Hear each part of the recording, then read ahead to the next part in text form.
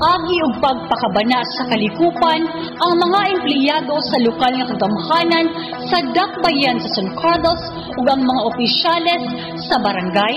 Lakip na ang mga opisyales sa syudad nagkahiusa sa pagpanglimpyo sa mga kabaybayunan nitong Setyembre 21, 2013.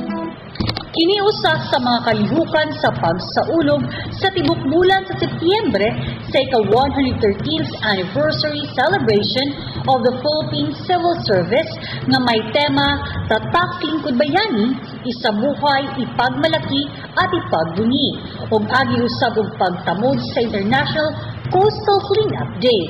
Ang nasampit nga pagpanglimpyo gipaagi og grupo-grupo bilang matag lugar adunay grupo nga gitahasan nga manglimpyo sa baybayon. Sila si City Mayor Gingo Valmayor Jr. ug mga SP members mo'y nangulo sa pagpanglimpyo sa gipahigayong International Coastal Cleanup Day.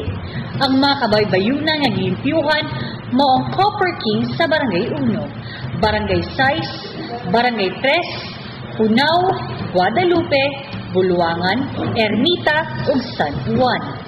Apil usab sa nagpakabana sa kalikupan ang grupo sa Knights of Columbus, San Carlos Borromeo Cathedral Motorbikers Association ug ang Boy Scouts sa District 5. Sila mao'y nanglimpyo sa baybayon sa Pasil, San Juan. Ang San Carlos Association of Mountain Bikers, sila usab ang nanglimpyo sa reclamation area sa Parola, samtang PNP ug BJMP sa interior ug baybayon sa Zone 4 ug 5 sa Kalye Ilagan, Barangay 6.